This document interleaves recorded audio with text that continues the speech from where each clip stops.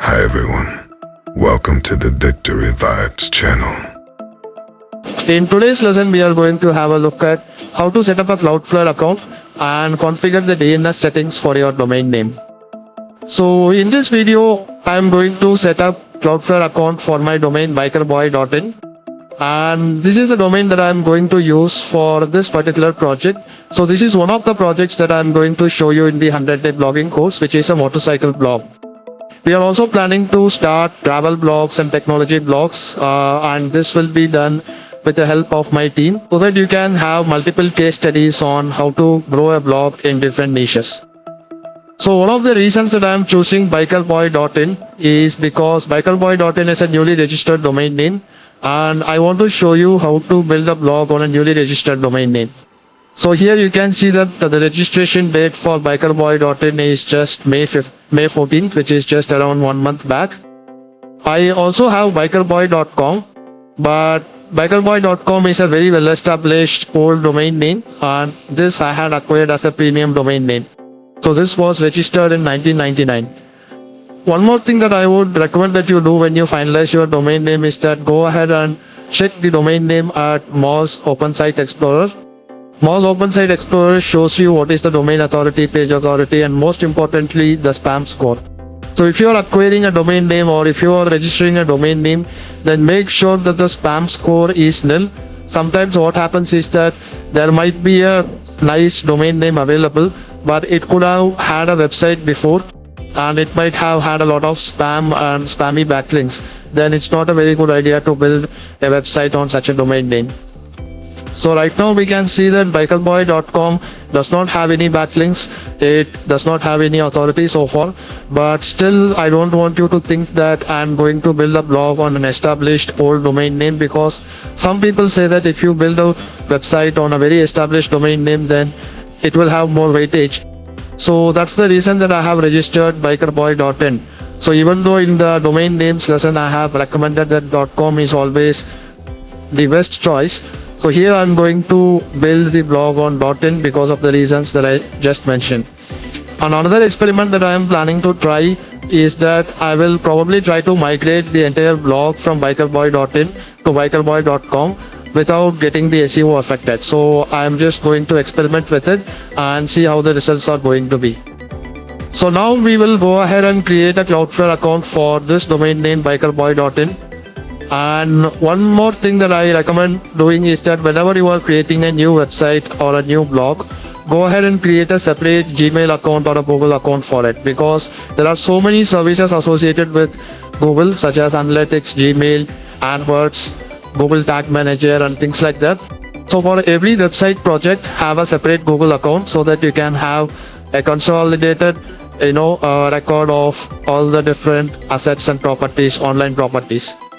So this is the email ID that I have created just now. This is bikerboy.in@gmail.com. Now let's go ahead and create a CloudFlare account. So all I would do is that go ahead and click on sign up.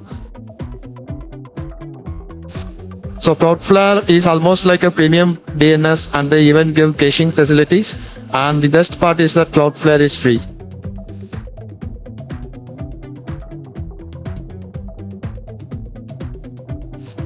Now that I have created an account and logged in, it will first ask me to add a website and go ahead and scan the DNS records. So here the website URL is bikerboy.in.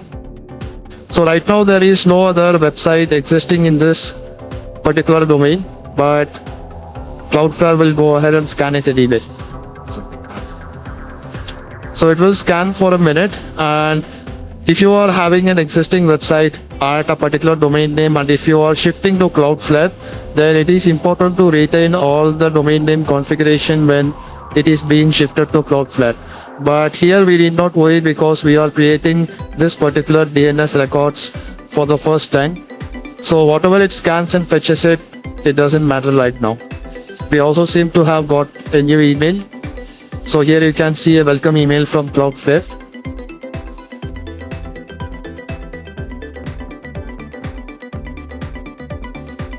So once it has scanned the entire records, then it will ask you to go ahead and add DNS records.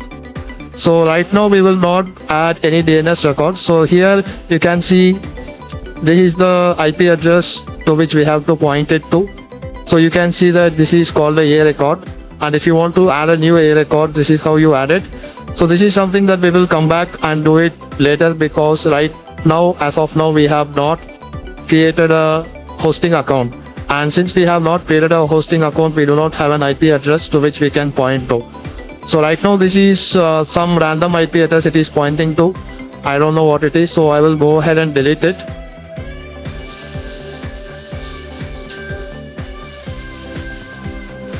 We will come back and set this up once the hosting account is ready, and I will create a separate video for that as well. However, something else that we can do is that we can go ahead and add MX records. So MX records is basically called mail exchange records, and if you go ahead and search for MX records of Google G Suite, where if you want to have email ID such as your name at yourdomainname.com, there are multiple email service providers, custom email service providers, and Google Suite or G Suite is one of them. G Suite was called Google Apps before. So now we will go ahead and fetch the MX records for the Google Apps or G Suite email servers. So here I have basically searched for G Suite MX records, and here I would be able to see these are the values that I have to add inside my domain name DNS records. So let me go ahead and add this one by one. Here I can leave the name blank, because here it clearly says that the name, host or alias can be given as blank. Time to live is 3600 seconds. Priority 1, and this is the server name. So here I would go ahead and give 3600 seconds. So 3600 seconds is basically 3600 divided by 60 is 60 minutes. So that's basically 1 hour. So I would go ahead and set it as 1 hour. And this is priority 1 and aspmx.l.google.com. So now I will go ahead and click on add record. So here, if it doesn't accept blank, you can just put an @ symbol and click on add record. So here we have got one entry. Now we can go ahead and add other entries as well. So here you can see I have added 3 entries. So this is the first entry, and these are the second and third entries. This has a priority of 5 and this has a priority of 1. So it basically means that whenever there is a mail being handled, then it will be handled by this server. If this server fails, then it will be handled by this server. So alt 1 is basically alternative 1. And if this server fails, then it will be handled by this server. So usually the mails will work even if you just give one server. So this is just for redundancy. So Google has given 5 different mail servers, and this is the priority order that you have to add these mail servers. So instead of adding all the 5, I have just added the 3 different mail servers, and that would be more than enough. So MX records is what we have added now, and A record is something that we will add later. So now I would go ahead and click on continue. So plan is going to be free website. Click on continue again. Now CloudFlare will give you name servers which you have to go ahead and add it to your domain name settings. So here you can see these are the 2 different name servers that I have to add to my domain name. So I would just go ahead and copy paste this and add it inside my domain name. So since I am using name.com, I am inside my name.com login area. So here I will go ahead and click on name servers. I would delete the existing name servers, and then I would add the CloudFlare name servers. So I have added both the CloudFlare name servers. Now I would go ahead and click on apply changes. And once the changes are saved, that's all you need to do to change the name servers in your domain name. So if you are using a different domain name registrar such as GoDaddy or any other domain name registrar, you will be able to find an interface like this where you can go ahead and update the name servers. And once you update the CloudFlare name servers, then your job with the domain name is done. Everything else can be done inside CloudFlare. Even if you are changing the server, then the server IP address changes, then you will change the A record inside CloudFlare. So if you are having your domain name along with a hosting only company such as Bluehost or HostGator, then there might not be an interface where you can go ahead and edit the name servers easily, because since they have given it as a package D, they might just have HostGator's name servers inside the domain name if you have the domain name at HostGator, or if you have it at Bluehost, they might just stick the domain name with Bluehost name servers. So in such cases, I would recommend that you move the domain name out using domain name portability and get it to name.com or namecheap.com. These are the two major domain registrars that I use frequently. You can use that, or you can go ahead and mail to support at HostGator or Bluehost and ask them to update with the CloudFlare name servers. So coming back to cloudflare.com, now I would go ahead and click on continue. So it will take some time for the name servers to get updated. So it says that I have to come back and check after some time to see if the name servers have been configured correctly. So one more thing I can do to go ahead and find out if the name servers has been configured directly is go to intodns.com. So if I go to intodns.com and enter the domain name bikerboy.in, here you will be able to see if the name servers have been updated properly.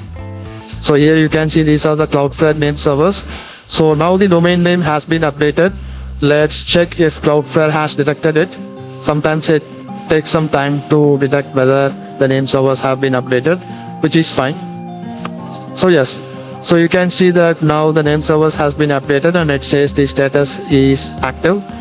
Now the next action step would be to go ahead and create a hosting account, get the IP address of the server, and once we have the IP address of the server, we will go back to the DNS settings, and here we will create an A record which points to the particular server. Another option instead of using Cloudflare is that you can use an Amazon service called Route 53. So Route 53 actually costs money, but it's very less. It's around 50 cents per domain. Inside Amazon Route 53 also you will get settings like this where you would be able to add MX records, A records and all the other type of domain records. So if you have any questions about this lesson, go ahead and leave a comment below.